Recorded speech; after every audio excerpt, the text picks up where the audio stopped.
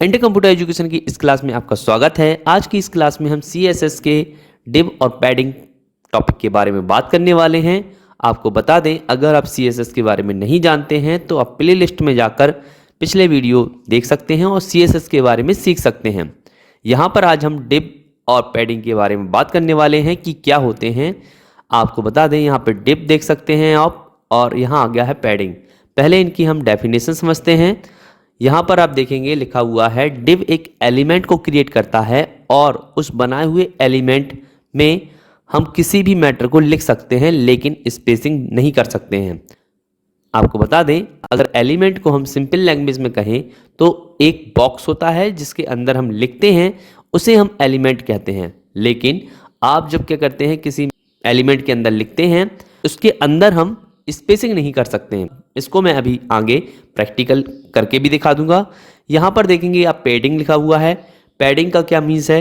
Padding भी एक element को क्रिएट करता है, यानी डिव भी एक एलिमेंट क्रिएट करता है और पैडिंग भी एलिमेंट को क्रिएट करता है। मैंने बताया हुआ है कि एलिमेंट को आप सिंपल एक बॉक्स समझ सकते हैं। इसकी हेल्प से बनाए हुए एलिमेंट में हम किसी भी मैटर को लिख सकते हैं। यानी जो डिव में आप देख रहे थे, जो डिव में डेफिनेशन लिखी हुई है, वही यहाँ पर फॉलो हो रही है। लेकिन पैडिंग की हेल्प से हम स्पेसिंग कर सकते हैं, यही इसमें अंतर है। यहाँ देखें आप, डिव में लिखा हुआ है कि लेकिन स्पेसिंग नहीं कर सकते हैं, जबकि पैडिंग में आप देखेंगे लिखा है लेकिन पैडिंग की हेल्प से स्पेसिंग कर सकते हैं।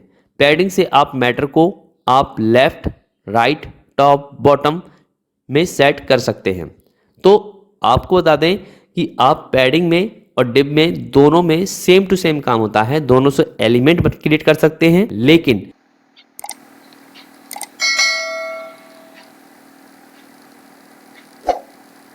आपको बता दें डिव में आप स्पेसिंग नहीं कर सकते हैं, जबकि पैडिंग में स्पेसिंग कर सकते हैं। यहाँ पर मैं आपको दिखा भी देता हूँ छोटे से एग्जाम्पल में कि यहाँ देखेंगे आप, दो आपको बॉक्स दिख रहे होंगे।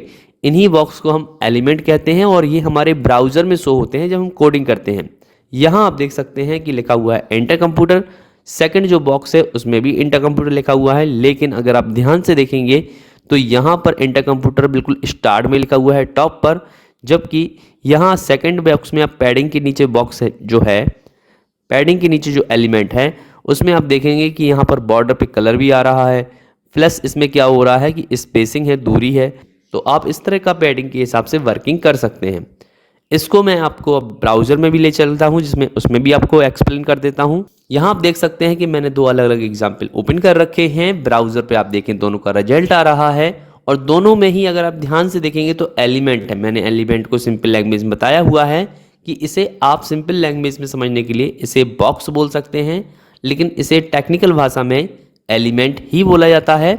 आप देख सकते हैं कि लेफ्ट हैंड साइड पर डिव एग्जाम्पल विथ एलिमेंट है।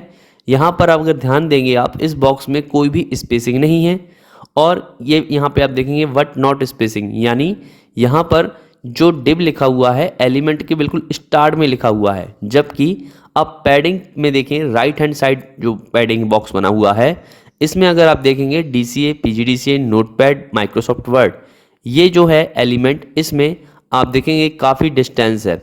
तो ये यही अंतर है। हालांकि आपको बता दें इन दोनों में सेम टू सेम वर्क होता है, यानी हम दोनों की हेल्प से एलिमेंट को क्रिएट करते हैं और दोनों में मैटर को लिख सकते हैं। फ़र्क क्या है? फ़र्क सिर्फ सिंपल सा डिफरेंस अगर आप देखेंगे तो ये है कि इसमें आप स्पेसिंग कर सकते हैं, जबकि डिव एलिमेंट में आप स्पेसिंग नहीं कर सकते हैं। अब आपको बता दें एक और चीज़, जब हम कोडिंग करेंगे तो पैडिंग और डिव दोनों एक साथ कोडिंग में अवेलेबल रहेंगे। अब हम इसको आपको प्रैक्टिकली दिखा देते हैं कि किस तरह से इसकी कोडिंग करनी है, जिससे कि पैडिंग की हेल्प से आपका इस तरह का डेटा क्रिएट हो ब्राउज़र में। इसके लिए मैं आपको नोटपैड पर ले चलता हूं। यहाँ पर हम नोटपैड पर आ गए हैं और हम जानते हैं कि हमें सबसे पहले क्या करना होता है, एक्सक्लेमेशन मार्क को लगाना होता है। फिर यहाँ पर लिखते हैं DOC टाइप और फिर हम करते हैं स्पेस करने के बाद यहाँ पर लिखते हैं HTML लिखने के बाद हम ये एंटर करते हैं और लिखते हैं HTML और फिर हम यहाँ पर हेड टैग लगाते हैं और इसके बाद हम स्टाइल टैग का यूज़ करते हैं। इसके बाद हम क्या करते हैं, एंटर करते हैं। एंटर करने के बाद यहाँ पे कुछ स्पेस छोड़ देते हैं, इसकी मैं आगे बताऊंगा ये स्पेस क्यों छोड़ा जा रहा है। इसके बाद फिर हम क्या करेंगे, जो स्टाइल टैग को हमने ओपन किया था उसको क्लोज कर देंगे। देन इसके बाद हम हेड टैग को क्लोज कर देंगे और फिर हम एंटर करके बॉडी टैग को ओपन करेंगे यहाँ पर और फिर से एंटर करेंगे। एंटर करने के बाद बॉडी के अंदर आप किसी भी तरह की एक हेडिंग को क्रिएट कर सकते हैं, H1 या H2। फिलहाल मैं H1 लेता हूं और हम जानते हैं कि HTML में 6 हेडिंग होती हैं, आप किसी भी हेडिंग को लिख सकते हैं। यहाँ पर हेडिंग फिलहाल मैं पैडिंग लिख रहा हूँ और फिर मैं करता हूँ यहाँ पर हेडिंग टैग को क्लोज कर देता हूँ और हेडिंग टैग को क्लोज करने के बाद फिर से एंटर करते हैं और बॉडी टैग को भी क्लोज कर देते हैं। और बॉडी टैग को क्लोज करने के बाद जो हमने HTML टैग को ओपन किया था वो भी हम क्या करते हैं, टैग को बंद कर देते हैं। इस कोडिंग को करने के बाद हम इसको सेव करते हैं। सेव करने के लिए फाइल पर क्लिक करते हैं, सेव पर क्लिक करते हैं और फिर हम फिलहाल डेस्कटॉप पे फाइल सेव कर रहे हैं। यहाँ पे जो कुछ भी लिखा हुआ है इसको हटा देते हैं और यहाँ पर किसी भी नाम से सेव कर सकते हैं। फिलहाल मैं पैडिंग नाम से ही सेव कर देता हूँ और हम जानते हैं फुल स्टॉप लगाकर हमें HTML लिखना कंपलसरी होता है। इसको लिखने के बाद हम क्या करते हैं, सेव पर क्लिक करते हैं जिससे हमारी ये फाइल डेस्कटॉप पर आ जाएगी। रिस्टोर डाउन की हेल्प से हम नोटपैड को छोटा करते हैं। यहाँ देख सकते हैं पैडिंग आ गया है और इस पर डबल क्लिक करके इसको ओपन करते हैं। यहाँ आप देखेंगे ब्राउजर में ओनली पैडिंग क्यों आ रहा है, क्योंकि हमने हेडिंग 1 दिया हुआ है और पैडिंग ही इसके अंदर लिखा हुआ है।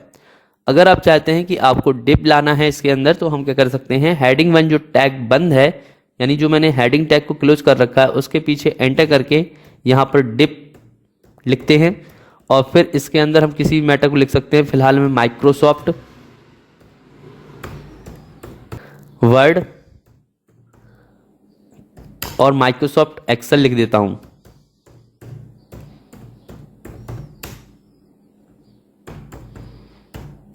और यहां पर डिप टैग को बंद कर देता हूं।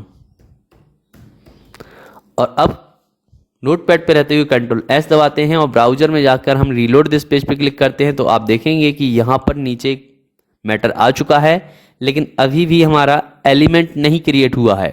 और यहाँ पर हमें क्या करना होगा, डिव लिखना होगा। डिव लिखने के बाद हम एंटर करेंगे और एंटर करने के बाद यहाँ पर हम कर्ली ब्रैकेट ओपन करेंगे। कर्ली ब्रैकेट ओपन करने के बाद हमें इसका बॉर्डर शो करना होगा तो हम यहाँ पे बॉर्डर लिखते हैं। बॉर्डर लिखने के बाद हम रेशियो लगाते हैं, स्पेस करते हैं। हम स्पेस करेंगे, हम 10px लिखते हैं। आप इससे भी बड़ा लार्ज नंबर ले सकते हैं, आप जितना लार्ज नंबर लेंगे उतना बड़ा बॉर्डर दिखाई देगा। इसके बाद स्पेस करते हैं, सॉलिड लिखते हैं और सॉलिड लिखने के बाद हम क्या करते हैं, स्पेस करते हैं और हैश लगाते हैं। और यहाँ पर हम अपने अकॉर्डिंग कोई भी कलर को सिलेक्ट कर सकते हैं, कोई भी कलर को दे सकते हैं। फिलहाल मैं यहाँ पर इस कलर का यूज़ कर रहा हूँ और यहाँ पर सेमीकोलन लगाते हैं। देन इसके बाद हम क्या करते हैं, इसके बॉर्डर को देखते हैं कि ये बॉर्डर हमारा ब्राउजर पे शो कर रहा है कि नहीं। इसके लिए हम नोटपैड पर रहते हुए पहले कंट्रोल S दबाते हैं और फिर ब्राउजर में जाके रीलोड दिस पेज पे क्लिक करते हैं तो आप देखेंगे कि हमारा ब्राउजर में एक एलिमेंट आ चुका है लेकिन अभी भी इसमें स्पेसिंग नहीं आई है। तो हम क्या चाहते हैं, स्पेसिंग आए। इसके लिए हम क्या करेंगे, कोडिंग में थोड़ा और चेंज करेंगे। जो हमने लास्ट सेमीकोलन लगाया है उसके बाद हम क्या करेंगे, यहाँ पर बैकग्राउंड यानी आप देख सकते हैं कि यहाँ पर वाइट बैकग्राउंड आ रहा है एलिमेंट का।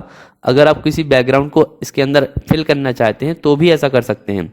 इसके लिए यहाँ पे हम क्या करते हैं, बैकग्राउंड लिखते हैं। कहाँ पर, जहाँ सेमीकोलन बंद किया है उसके बाद।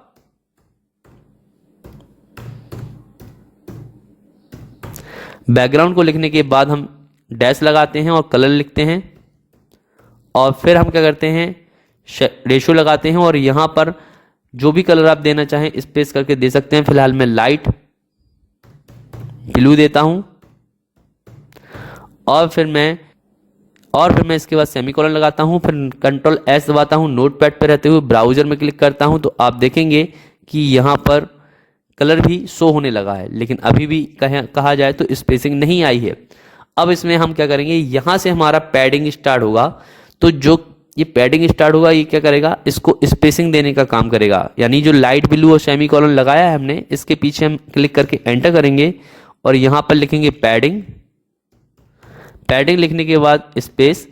इसमें आप अपने अकॉर्डिंग कुछ भी दे सकते हैं। फिलहाल मैं टॉप पर दे रहा हूँ कि कितना स्पेस चाहिए तो टॉप लिखने के बाद यहाँ पर रेशियो लगाता हूँ, स्पेस करता हूँ और फिर मैं 50px करता हूँ और 50px लिखने के बाद सेमीकोलन लगाते हैं और कंट्रोल एस दबाते हैं नोटपैड पर रहते हुए। और इसका मैं पहले आपको रिजल्ट दिखाता हूं क्या होता है। कंट्रोल एस दबाने के बाद हम ब्राउजर में जाके रीलोड दिस पेज पे क्लिक करते हैं तो आप देखेंगे कि ये देखिए बॉक्स की साइज यानी ग्रोथ कर गई है, बॉक्स की साइज थोड़ी सी बड़ी हो गई है। और फिर हम क्या करते हैं, इसमें फिर से एंटर करते हैं 50px सेमीकोलन के बाद यहाँ पर हम फिर से पैडिंग लिखते हैं और पैडिंग लिखने के बाद फिर से डैश लगाते हैं और यहाँ लिखते हैं राइट। और फिर राइट लिखने के बाद रेशो लगाते हैं, रेशो लगाने के बाद स्पेस करते हैं, 30px लिखते हैं और सेमीकोलन लगाते हैं, कंट्रोल एस दबाते हैं और ब्राउजर में जाके रीलोड दिस पेज करते हैं तो आप देखेंगे कि यहाँ पर राइट साइड से कोई फर्क नहीं हो रहा है क्योंकि ऑलरेडी वर्ड हमारे लेफ्ट साइड में लिखे हुए हैं।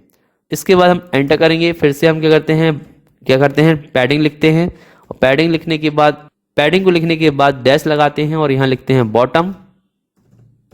बॉटम लिखने के बाद यहाँ पर हम रेशो लगाते हैं और स्पेस करते हैं, यहाँ पे लिखते हैं 50px और सेमीकोलन लगाते हैं, कंट्रोल एस दबाते हैं और ब्राउजर में जाके रीलोड दिस पेज पे क्लिक करते हैं तो आप देखेंगे यहाँ बॉटम में बिल्कुल नीचे है। इसमें आप देखेंगे कि देखिए नीचे और नीचे हमारा एलिमेंट चला गया है। इसके बाद हम क्या करते हैं, एक और लास्ट एंटर करते हैं और लिखते हैं पैडिंग। पैडिंग लिखने के बाद हम डैश लगाते हैं, लिखते हैं लेफ्ट और फिर हम रेशो लगाते हैं और स्पेस करते हैं, लिखते हैं 100px और फिर सेमीकोलन लगाते हैं और देन इसके बाद एंटर करने के बाद जो कर्ली ब्रैकेट हमने ओपन किया था उसको हमें क्लोज करना रहेगा और कंट्रोल एस दबाते हैं नोटपैड पे रहते हुए ब्राउजर में जाते हैं और रीलोड दिस पेज पे क्लिक करते हैं तो आप देखेंगे कि ये इस तरह से हमें दिखाई दे रहा है जिसमें हमने स्पेसिंग कर दी है एलिमेंट के अंदर। अगर आप पैडिंग के साथ इस तरह की स्पेसिंग करते हैं तो आपको इस तरह से बॉक्स में एलिमेंट में स्पेसिंग मिल जाएगी। और यहाँ पर इस कोडिंग को मैं पूरी दिखा देता हूँ, कोडिंग का टैग जो है ऊपर कर देता हूँ। ये देखिए पूरी कोडिंग आपको आई होप दिख रही होगी।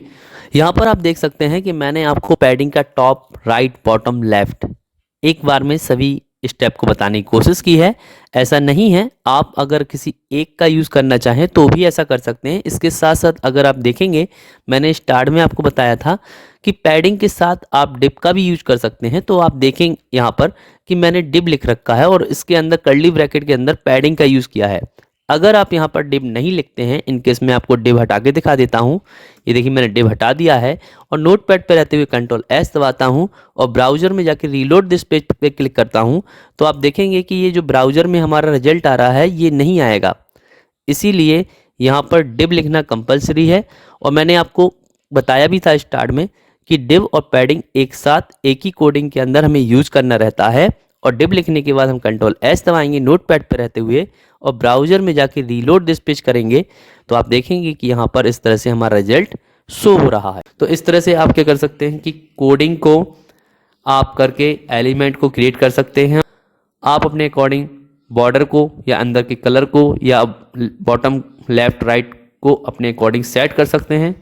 फिलहाल मैंने आपको इसमें पैडिंग के बारे में समझाने की कोशिश की है। अगर आपको किसी भी तरह का डाउट है तो आप कमेंट कीजिए, मैं कोशिश करूंगा जो आपने पूछा हुआ है उसके बारे में आपको पूरी जानकारी दे सकूं। फिलहाल इस वीडियो में इतना ही, धन्यवाद।